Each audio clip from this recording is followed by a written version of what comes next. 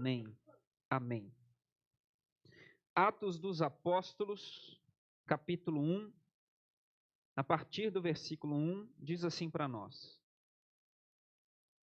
Escrevi o primeiro livro, ó Teófilo, relatando todas as coisas que Jesus começou a fazer e a ensinar, até o dia em que foi elevado às alturas, depois de haver dado mandamentos por meio do Espírito Santo aos apóstolos que tinha escolhido. Depois de ter padecido, Jesus se apresentou vivo a seus apóstolos com muitas provas incontestáveis, aparecendo-lhes durante 40 dias e falando das coisas relacionadas com o reino de Deus.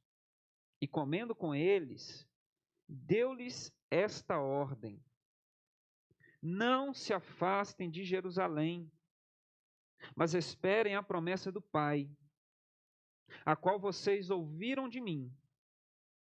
Porque João, na verdade, batizou com água, mas vocês serão batizados com o Espírito Santo dentro de poucos dias. Agora um salto para o versículo 12. Então os apóstolos voltaram do Monte das Oliveiras para Jerusalém. A distância até a cidade é de cerca de 1 quilômetro. Quando entraram na cidade, subiram para o cenáculo, onde se reuniram Pedro, João, Tiago, André, Filipe, Tomé, Bartolomeu, Mateus, Tiago, filho de Alfeu, Simão, o Zelote e Judas, filho de Tiago. Todos estes perseveravam unânimes em oração com as mulheres, com Maria, mãe de Jesus, e com os irmãos dele. Amém. Amém. Você pode se assentar nesse instante? Sem dúvida alguma, o ser humano, por ele mesmo, ele não tem a capacidade de gerar vida. Ele não tem essa capacidade.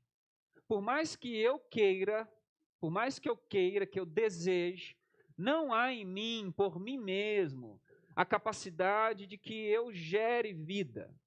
Por exemplo, eu decido estalar os dedos e fazer que alguma coisa brote, que alguma coisa surja, que algum outro ser saia de mim por mim mesmo. Eu não tenho essa capacidade.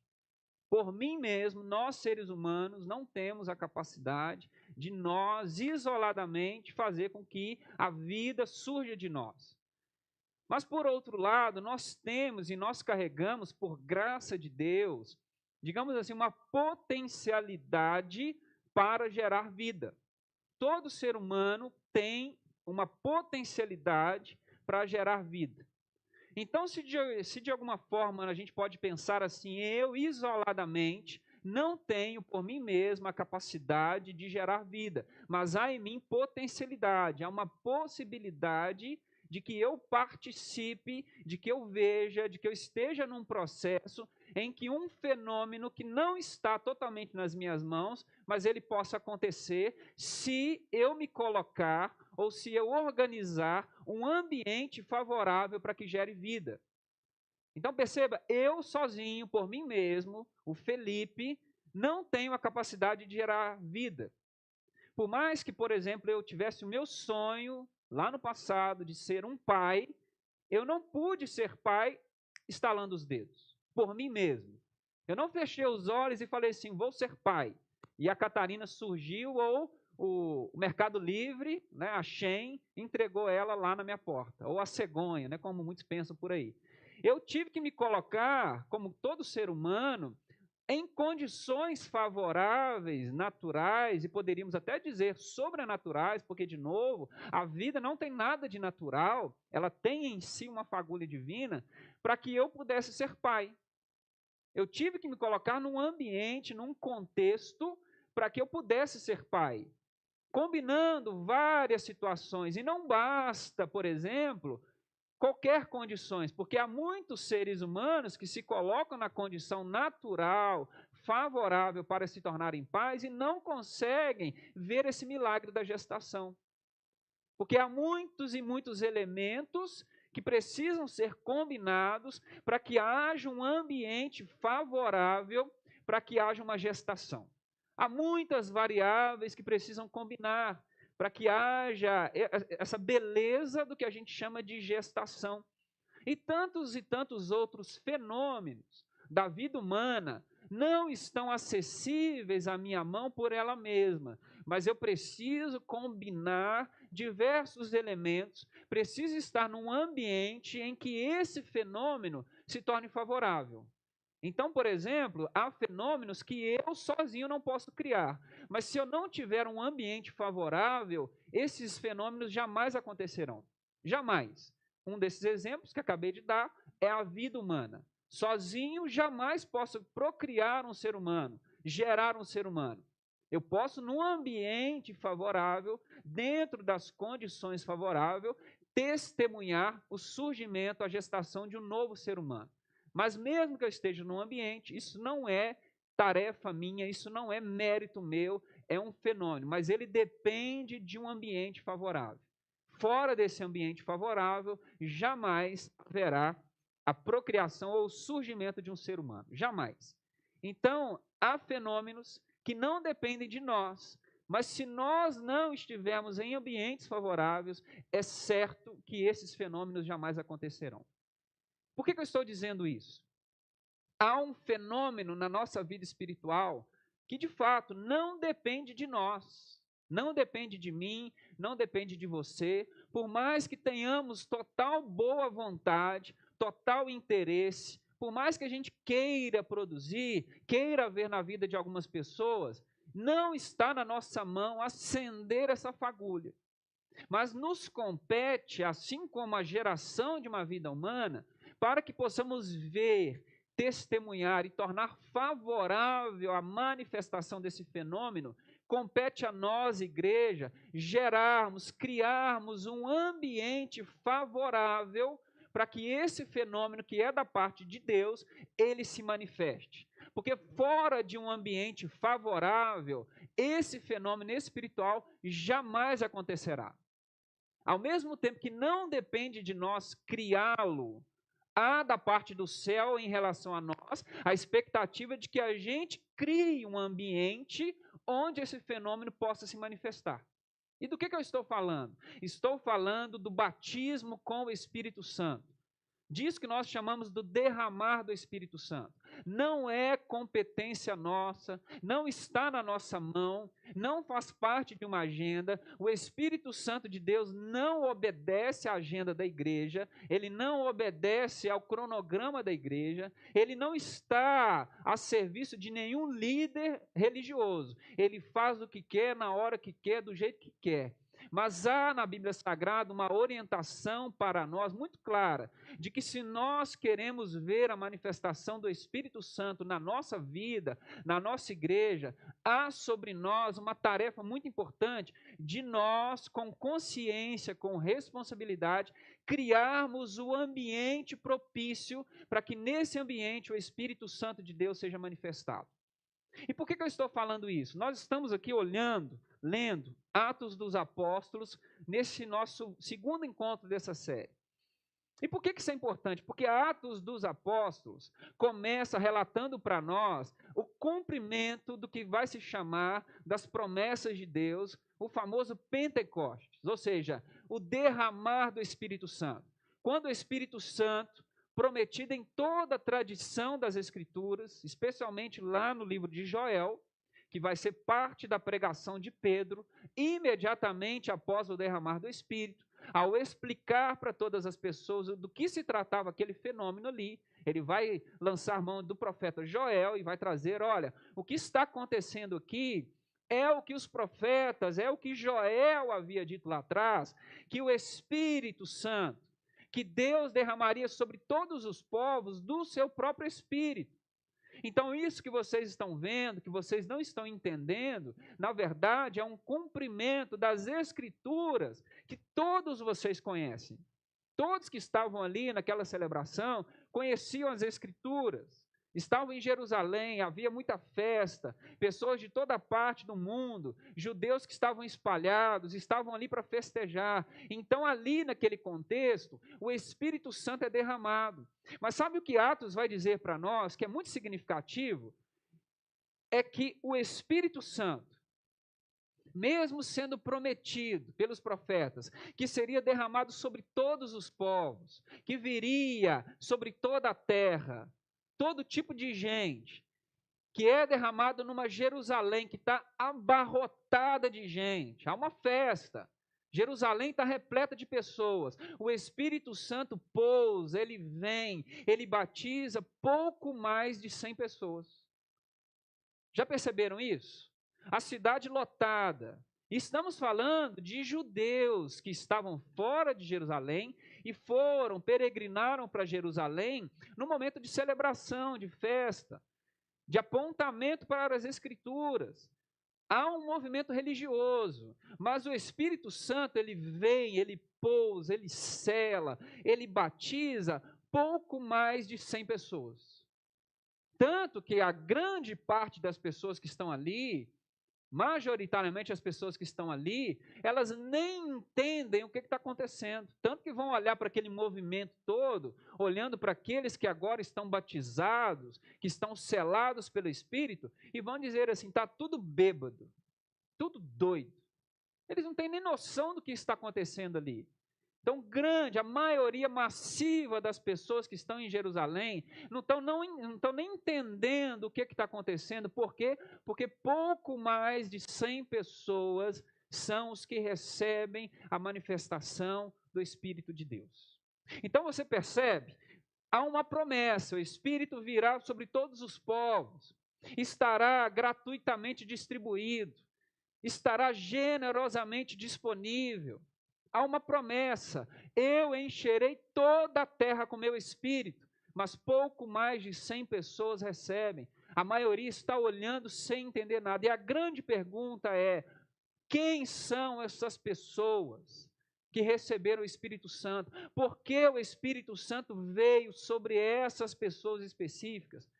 O que eles estavam fazendo? Que tipo de pessoas eram? Ou seja, sobre quem o Espírito Santo de fato é derramado. Por isso eu estou falando que há da nossa parte uma responsabilidade de criarmos um ambiente favorável, a fim de que aquilo que Deus tem preparado para nós venha efetivamente sobre nós. E é sobre isso que eu queria conversar. Sabe por quê? O Espírito Santo não virá indiscriminadamente sobre a vida das pessoas.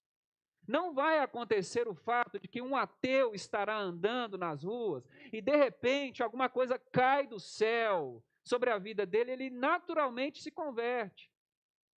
Não vai acontecer esse tipo de coisa, porque não aconteceu aqui. A Bíblia Sagrada vai demonstrando longamente, didaticamente, que há um processo no qual a igreja é totalmente responsabilizada para gerar esse ambiente, a fim de que lá, nesse ambiente favorável, Deus derrame do seu Espírito. E a grande pergunta é: que ambiente é esse? Que condições são essas que Deus coloca para nós, a fim de que nós possamos, debaixo da graça de Deus, criar um ambiente favorável para a manifestação do Espírito Santo de Deus? Que ambiente é esse? Aí quando nós olhamos para esse texto que nós estamos lendo, logicamente que nós vamos olhar para todo esse cenário do ministério de Jesus e até a continuidade da igreja em Atos dos Apóstolos, e vai se destacar para nós algumas condições, algumas marcas, alguns sinais que compõem, que fazem com que o ambiente se torne favorável para a manifestação do Espírito Santo de Deus. Eu queria que você prestasse bastante atenção nesses fundamentos, nessas marcas, nessas condições ideais para que ali o Espírito Santo de Deus se manifeste. Porque fora dessas condições, esqueça, nós não experimentaremos isso de forma alguma, porque são princípios da palavra de Deus para nós. Então preste atenção nisso. Quero chamar a sua atenção para alguns elementos aqui. Preparei aqui um quadro para que você entenda bem. A primeira condição que eu queria que você prestasse atenção é essa aqui. é essa aqui. Do que eu estou falando? Não há e não haverá jamais manifestação real do Espírito Santo num ambiente em que não haja ensino do Evangelho de Jesus. Não há. Não acredite nisso.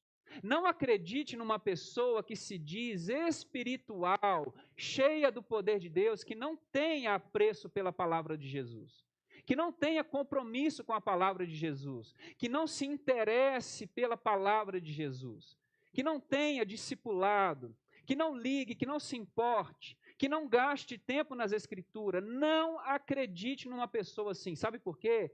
Porque tudo que Jesus faz, em primeiro lugar, para os seus discípulos, é gastar a sua vida com eles durante anos. Anos. Fazendo o quê? Ensinando a respeito do reino de Deus. Ensinando a respeito do reino de Deus. O que Jesus faz? O Evangelho de Lucas, especialmente, que está totalmente conectado com o livro de Atos dos Apóstolos, vai deixar isso muito claro para nós. Jesus vai se gastando ao longo do caminho, enquanto caminha, ensinando os seus discípulos. Ensinando. Então, quando nós, por exemplo, abrimos os evangelhos, estamos pensando aqui nesse evangelho de Lucas e no livro de Atos dos Apóstolos, o que nós vamos perceber? Já até no momento da concepção de Jesus, nós já podemos entender os princípios a respeito do Espírito Santo de Deus. Perceba que o Evangelho de Lucas começa, por exemplo, falando da vocação do céu para um casal, Zacarias e Isabel, um casal em que a esposa é estéril, e lá Deus vai conceber de uma forma sobrenatural, por meio do Espírito, levantando um profeta, alguém que vai preparar Israel para receber o Messias. Estamos falando de João Batista. Então, Zacarias é um homem cheio do Espírito Santo, Isabel é uma mulher cheia do Espírito Santo, e de uma forma sobrenatural, ela que era estéril, recebe da parte de Deus uma gestação. E o fruto do seu ventre, Lucas já vai dizer, já é cheio do poder de Deus. Zacarias é um homem completamente entregue aos propósitos de Deus. Rapidamente ele entende o que Deus está fazendo, ele se associa ao que Deus está fazendo, sabe por quê? Porque é alguém cheio do Espírito Santo. Isabel rapidamente entende o que está acontecendo, por quê? Porque ela é uma pessoa cheia do Espírito Santo. E todo o ministério de João Batista é baseado em quê? No poder do Espírito Santo. Ele já vai entendendo o que ele está fazendo, ele vai gastando a sua vida para preparar Israel para receber o Messias. Outro casal, já nesse início, é José e Maria. Quando o Espírito Santo vem sobre Maria, apresenta-se a ela o projeto de Deus, por meio da sua família, da sua casa, uma gestação por meio do Espírito Santo, ela vai fazer uma pergunta interessante: como isso será possível? Como? E aí qual é a resposta? O que é impossível para os homens é possível para Deus, porque Deus não conhece impossibilidades. E ela vai gastar a sua vida, vai render a sua vida aos projetos de Deus. É nesse ambiente onde surge Jesus. Jesus, profetizado, esperado, aguardado, sinalizado, e Jesus surge nesse ambiente, e rapidamente Lucas vai informar para nós algo muito importante: sobre ele vem o Espírito Santo, que dá a Jesus o quê? Uma identidade. Esse é meu filho amado, e ele vai agora viver para o meu agrado. Duas realidades interessantes e importantíssimas quando a gente fala do derramar do Espírito Santo. Ou seja, o Espírito Santo é quem nos dá identidade, somos filhos, ao mesmo tempo nos dá um propósito, vivemos agora para a glória de Deus, para agradar a Deus. Estamos falando aqui do perdão, da identidade, de uma natureza divina que só é possível recebermos por meio do Espírito Santo. Ao mesmo tempo, essa identidade nos joga para um propósito. Uma vez que eu sou filho de Deus, eu agora caminho para a glória de Deus, com a glória de Deus, para a exaltação de Deus. Eu vivo para Ele. E tudo que Jesus vai fazendo, Lucas vai deixando claro para nós, Ele vai fazendo pelo poder do Espírito Santo. Volta e meia você lê em Lucas, e Jesus, cheio do Espírito Santo, faz o quê? Cura, ensina, faz exorcismo, manda fora os espíritos imundos, ensina, debate, questiona, confronta, entrega a sua vida, se rende aos propósitos do céu. Por quê? Porque ele está cheio do Espírito Santo. Ele vai vivendo. Então Jesus, os evangelhos vão nos ensinando a respeito do Espírito Santo, seja pela vida e obra de Jesus, ou seja por meio das palavras de Jesus. Por exemplo, Lucas capítulo 11, é uma aula a respeito do Espírito Santo. Leia com esses olhos. Jesus para falar da oração e fecha o seu ensino no capítulo 11, a gente já fala disso daqui a pouquinho, falando do Espírito Santo. Então há um contexto, há um ambiente de ensino. A condição, uma das condições ideais para que possamos experimentar algo da parte de Deus é o ensino. Ensino, sabe por quê? Onde não há ensino do Evangelho, há engano. Há engano. Há muitas pessoas, e nós corremos esse risco, de equivocadamente pensarmos que somos cheios do Espírito Santo e estamos em repletas contradições. Porque a gente vai levando a vida pensando equivocadamente em aspectos que relacionam o Espírito Santo. E é sobre isso que temos pensado nessa série. Para quê? Para que sejamos livres do engano. Por meio de quê? Do Evangelho de Deus. É o Evangelho que nos livra do engano. Porque o Evangelho é a palavra de Deus, é o poder de Deus para a salvação. Então a primeira condição é ensino. Ensino. Sabe por quê? Porque nós não podemos admitir, e eu estou dizendo isso porque é comum, infelizmente, nós vemos, porque se a gente pensa equivocadamente algo a respeito do Espírito Santo, a gente vai se contentando com qualquer coisa, pensando que é comum. Por exemplo, eu não posso admitir que uma pessoa que se diz cheia do Espírito Santo, ela tenha como hábito na sua vida falar mal dos outros. Eu não posso admitir, à luz das Escrituras, que uma pessoa cheia do Espírito Santo é avarenta. Eu não posso permitir pensar a partir do Evangelho que uma pessoa cheia do Espírito Santo, ela não consegue amar o próximo, ela não consegue se gastar no Evangelho, ela não consegue. Sabe por quê? Se ela tem o Espírito Santo, ou seja, se o Espírito de Cristo está sobre ela, o que se espera? Que ela seja cada vez mais parecida com Cristo. Percebe? O que o Evangelho está dizendo? O Espírito Santo é Deus, Jesus, vai dar de si para você. E se eu sou tomado por Cristo, o que deve se esperar disso? Que eu seja cada vez mais parecido com Cristo. Então a gente vê, entre aspas, alguns fenômenos espirituais que nada tem de espiritual. Na verdade, são incoerentes com as Escrituras. E às vezes passa batido para nós, porque nós não temos ensino. Nós não temos ensino. Nós não temos base. E aí, como Paulo vai falar várias vezes, nós somos como que? Crianças, levados de um lado para o outro por vento de doutrina. Levados. Como temos pensado, se, como para muitos, a experiência do batismo com o Espírito Santo se resume unicamente à experiência de receber um dom, como falar em línguas, por exemplo, isso se torna em muitos lugares o objetivo último da experiência com o batismo com o Espírito. Ah, você tem que ser batizado com o Espírito, para quê? Não, você tem que falar em línguas. Aí quando você fala em línguas, acabou. Cheguei onde eu queria. Equivocadamente pensar assim faz com que a experiência do batismo com o Espírito, que é muito, muito, muito maior, totalmente necessária, totalmente fundamental para a nossa salvação, ela seja resumida numa experiência, numa única experiência, que pode ou não ser um sinal de uma verdadeira experiência com o Espírito Santo. Então, como nós somos libertos disso? Ensino. Ensino. Só é possível que o Espírito Santo seja de fato derramado, verdadeiramente levado sobre a igreja, num ambiente em que há comprometimento com o Evangelho de Jesus. Não há outra possibilidade. Sabe por quê? Porque o Espírito Santo está totalmente ligado ao anúncio desse Evangelho, ao perpetuar-se dessa mensagem. Então, a primeira condição é ensino. Ensino.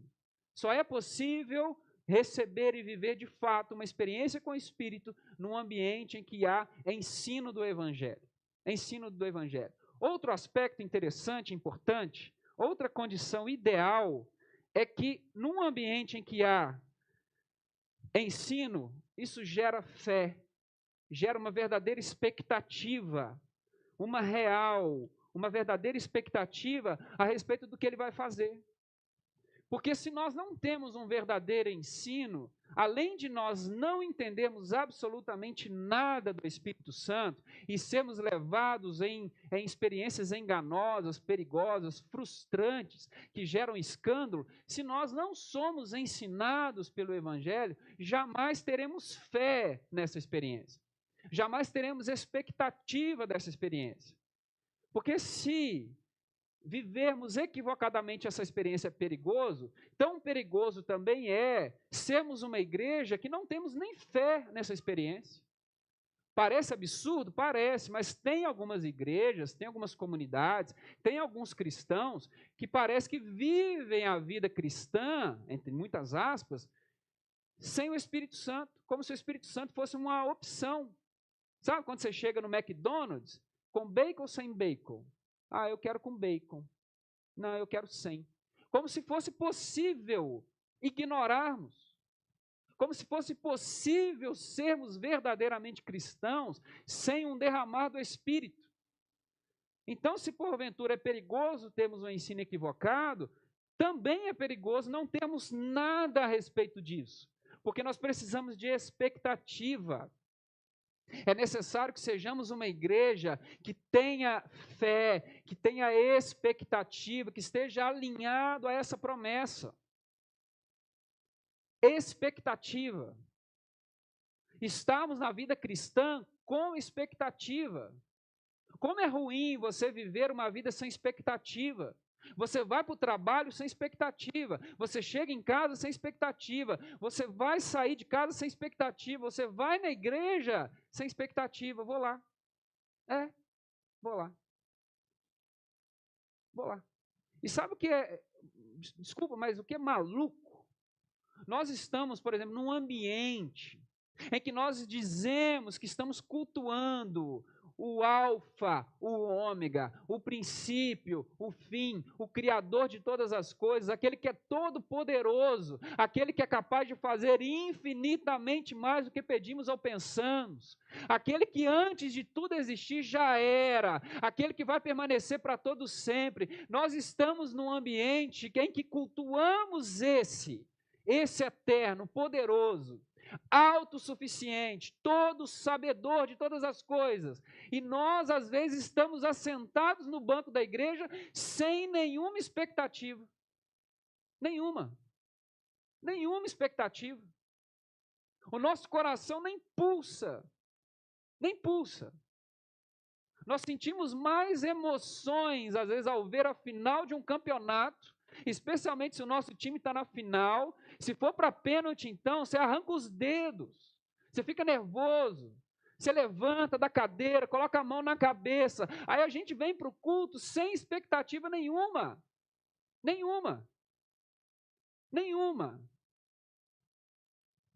zero. Então não dá para viver uma experiência sobrenatural com o Espírito Santo se o nosso coração não estiver em grande expectativa de que sem Ele eu não posso nada, de que eu preciso dEle, de que o derramar dEle sobre a minha vida e o crescer na intimidade com Ele fará toda a diferença na minha história, e não dá para viver sem Ele. Não dá para ter uma experiência real com Deus se eu não fui marcado pelo Espírito, se eu não estou em crescimento nesse Espírito, se eu não estou andando em santidade, não dá. Não dá. Então, sem expectativa, nós não seremos cheios desse Espírito Santo. Não dá. Não dá, porque imagine, você vem sem esperar nada. O que você vai receber? Nada.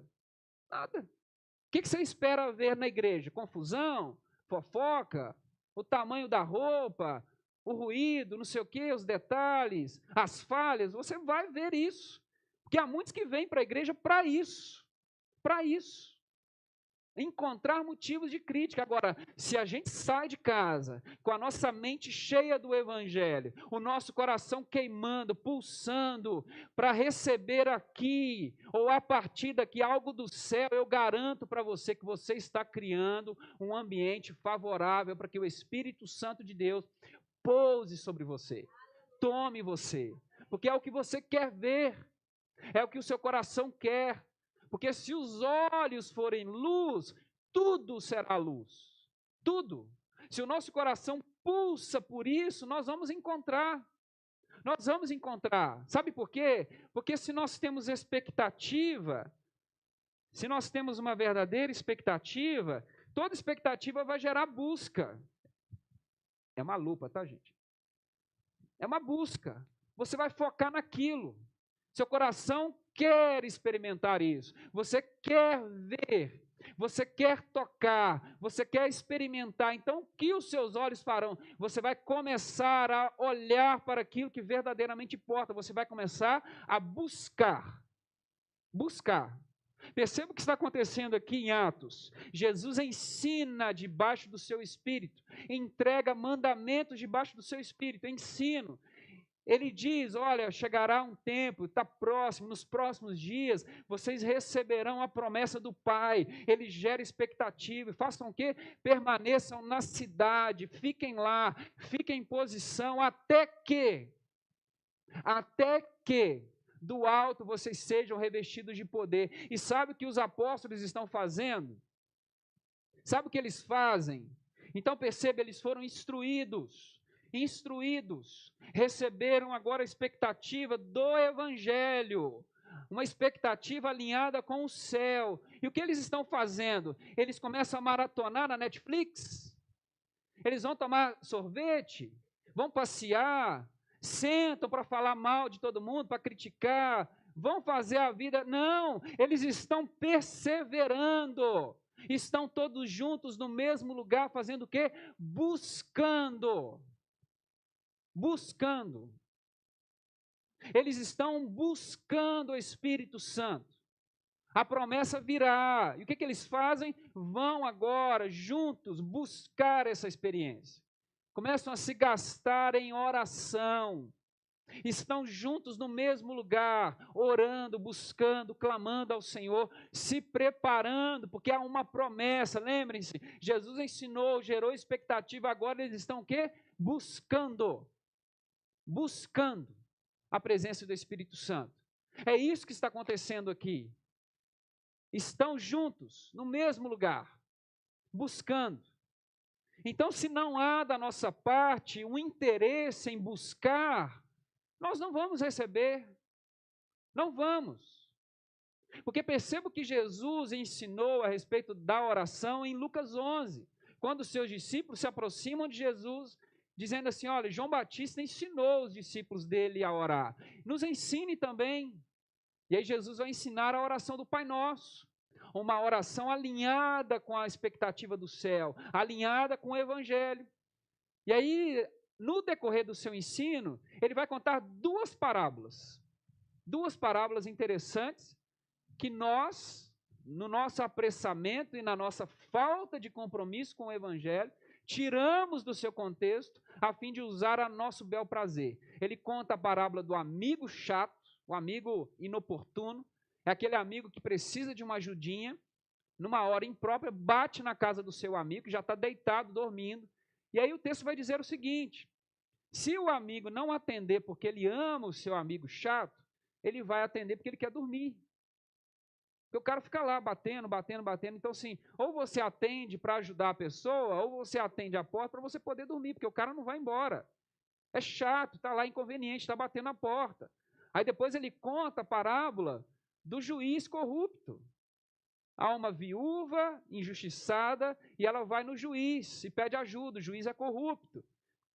Ele não está interessado em fazer justiça, mas ela insiste, ela bate, ela vai todo dia lá. Todo dia ela está no gabinete do cara, batendo. O cara fala assim, eu vou atendê-la, por quê? Porque eu sou justo? Não, porque ela está me atormentando. Ela está enchendo a paciência. Então, para que ela possa ir embora e eu tenha paz, eu vou fazer justiça para ela, não porque eu sou justo, eu sou bom, é porque ela é chata, ela é inconveniente, ela é insistente.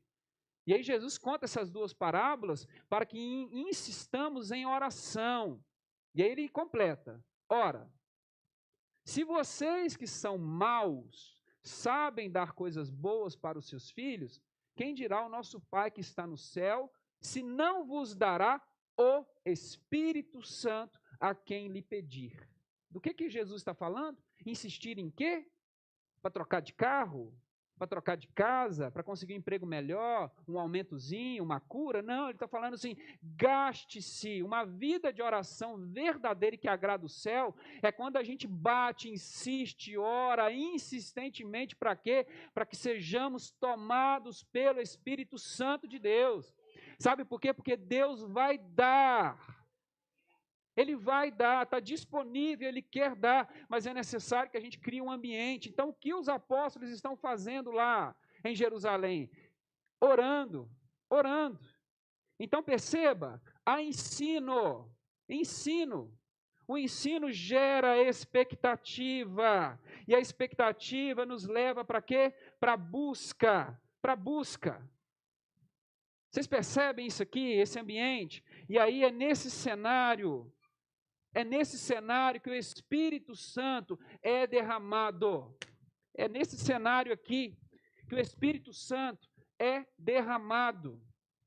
Vocês percebem? A busca, a evangelho, a expectativa, a busca, é nesse ambiente que o Espírito Santo está sendo derramado. Nesse ambiente, nessas condições. Então, quem são as pessoas sobre quem o Espírito Santo foi derramado em Atos 2? Pessoas que foram instruídas pelo Evangelho. Pessoas que estavam em alta expectativa para receber do céu alguma coisa, para verem o cumprimento da promessa. E pessoas que estavam comprometidas com a busca do céu. É nesse ambiente. São nessas condições onde algo do céu verdadeiramente acontece. Fora desse ambiente, esqueça, nós jamais experimentaremos isso. O Espírito Santo para nós será talvez, se for ainda está bom, talvez, uma teoria distante. Uma teoria, talvez. Algo que a gente nem sabe. Porque tem 2 episódios muito interessantes em Atos dos Apóstolos que ajuda a gente a entender isso. O primeiro em Atos 10, quando Pedro vai à casa de Cornélio. Cornélio era um gentio, era um pagão. De alguma forma, o evangelho chegou na casa de Cornélio. E sabe o que Cornélio, um pagão, está fazendo? Ele é temente a Deus, está orando, está buscando, está quebrantado, tem expectativas de que algo vai acontecer. E sabe o que acontece? Ele está lá em Cesareia, está longe. O Espírito Santo vai em Jope, onde Pedro está, hospedado na casa de uma outra pessoa, e lá o Espírito Santo dá uma visão a Pedro de que ele está fazendo algo sobrenatural em outra cidade, na casa de um pagão. E aí Deus está falando com Cornélio e Deus está falando com Pedro. Ambientes completamente diferentes, há um alinhamento espiritual. Cornélio, então, manda pessoas na casa onde Pedro está, lá em Jope, buscá-lo, fala, olha, o Espírito Santo mandou você ir lá na casa do nosso Senhor Cornélio. Quando esses homens chegam na casa onde Pedro está, em Jope, sabe o que acontece? Pedro já sabia. Sabe por quê? O mesmo Espírito que estava já movendo na casa de Cornélio, já estava movendo na casa de Pedro. E ele então vai até a casa. Chegando lá, o que acontece? Cornélio, sabendo, reúne os seus amigos mais próximos lota a casa dele ali com pessoas. Pedro chega então e começa a pregar, começa a confirmar o ensino, gerar expectativa. Eles estão num ambiente de busca. Pedro está pregando o evangelho. Sabe o que acontece? O Espírito Santo interrompe Pedro. É derramado sobre toda aquela casa. Todos são batizados com o Espírito Santo. Todos. Todos. Então você percebe, a casa de Cornélio era um ambiente favorável para receber o Espírito Santo. Agora, um outro exemplo contrário é Paulo na cidade de Éfeso. O evangelho vai se espalhando, o evangelho vai avançando. E Paulo, na sua terceira viagem, narrada em Atos capítulo 19, ele chega na cidade de Éfeso. E o texto vai dizer que lá em Éfeso ele encontra alguns discípulos, alguns seguidores de Jesus, alguns discípulos. Então, algumas pessoas que publicamente confessaram Jesus como seu Senhor e Salvador. Paulo chega nesse ambiente, tem crente lá. Pensa, Paulo chega num ambiente, tem crente aqui, amém. Aí ele faz uma perguntinha muito interessante, muito básica, que nós hoje nem nos preocupamos mais. Isso é muito sério. Não é nenhuma preocupação nossa mais. Quando Paulo chega num ambiente, tem crente aqui. Ele faz uma pergunta: vocês receberam o batismo com o Espírito Santo? O pessoal dá um passo para trás e fala assim: quem? É de comer? O que é isso? Onde vende? O que é isso? Sabe por quê? Nós nunca, olha que coisa séria, nós nunca nem ouvimos falar desse tal Espírito Santo. Nós nunca. Você está falando de quê, Paulo? Estou falando de Atos 19. A igreja nasce em Atos 2. Atos 19, alguns discípulos de Jesus estão indo mundo afora, levando um evangelho sem Espírito Santo. Tá, mas que batismo que vocês conhecem? O batismo de João. Está na temporada 1 ainda. Batismo de João. Aí Paulo, imagina Paulo falando isso. Classe Fundamentos, vou abrir a classe. Vamos lá, vamos conversar sobre. Porque isso é muito sério. Porque o batismo de João lá atrás apontava para algo que viria. O que João falou lá? Eu estou batizando com água, simbolizando algo, mas virá um que vos batizará com o Espírito Santo. É para ele que vocês têm que ir. Ele é tudo, a plenitude está nele. Eu estou apenas preparando o caminho, preparando o solo para que vocês nele vivam plenamente a experiência da fé, a experiência da salvação. Então, quando Paulo chega em Éfeso, o evangelho, entre aspas, já estava lá, já tinha crente lá. Estava tudo bem, nós já somos da fé, nós somos de Jesus, mas não conhecem o Espírito Santo, ou seja, vocês não são nada. Nada, porque não tem como ser de Deus, não tem como ser do corpo de Cristo, não tem como ser pertencente ao povo da aliança, não tem como estar conectado com Deus se nós não somos batizados com o Espírito Santo. Não tem possibilidade. Não tem, né? É impossível. Se Deus é Espírito, eu só posso estar conectado com Ele uma vez que eu sou tomado pelo Espírito Santo de Deus. E recebo a natureza, porque são esses que Deus procura, os que o adoram em espírito e em verdade. Eu só me coloco na verdade quando os meus olhos espirituais se abrem. E eu passo a me conectar, a ver uma realidade que o olho natural não dá conta. Então perceba a seriedade disso. Em Atos 19, já a igreja, parte da igreja, alguns discípulos, já tiraram de pauta o Espírito Santo. E essa não é a realidade de muitas das nossas igrejas, de muitos dos nossos cristãos. Abraçaram mentalmente, foram convencidos no nível natural de que era legal estar na igreja, de que eu precisava, talvez cresceu naquele ambiente. Está ali de uma forma natural, e se satisfaz com o rito que a igreja oferece, que é muito importante, mas ele aponta para algo que deve acontecer da parte de Deus, de Deus, porque nós temos insistido aqui, o livro de rol da igreja não é o livro da vida. O batismo que a igreja pratica aponta para o batismo do Espírito Santo. Então a pergunta é sobre quem o Espírito Santo de Deus vem, quem está nesse ambiente aqui. Nesse ambiente, fora desse ambiente não dá. Por quê? Pense, os de Éfeso ouviram alguma coisa de Jesus, mas não há um ambiente. O Espírito Santo não veio até que alguém disposto a criar o ambiente. O que Paulo faz? Ensina, gera expectativa, os ajuda a buscar, e naquele ambiente o Espírito Santo de Deus vem e os sela, os marca, os batiza literalmente, agora definitivamente para a glória de Deus. E uma vez batizados, agora sim eles pertencem a Cristo. Por quê? Porque o Espírito de Cristo está sobre eles. Há uma mesma natureza agora. É uma mesma natureza. E por que isso é importante? Porque é para onde nós precisamos caminhar como igreja. Como igreja. Eu, enquanto pastor, não posso agendar, gente, amanhã tem batismo com o Espírito Santo, viu? Quem quiser, chega cedo, tem 10 senhas só, tá bom? Deus vai batizar só 10 amanhã. Quem quiser um extra, a gente pode combinar, tá bom? E a igreja está precisando de uma oferta mesmo, a gente conversa depois. Não cabe. Mas enquanto pastor, o que eu posso, o que nós temos feito? Criar ambiente. Criar ambiente. Ensinar, falar, gerar expectativa, para que nós, enquanto igreja, busquemos, como se a nossa vida dependesse. Sabe por quê? Porque ela depende. Depende do Espírito Santo.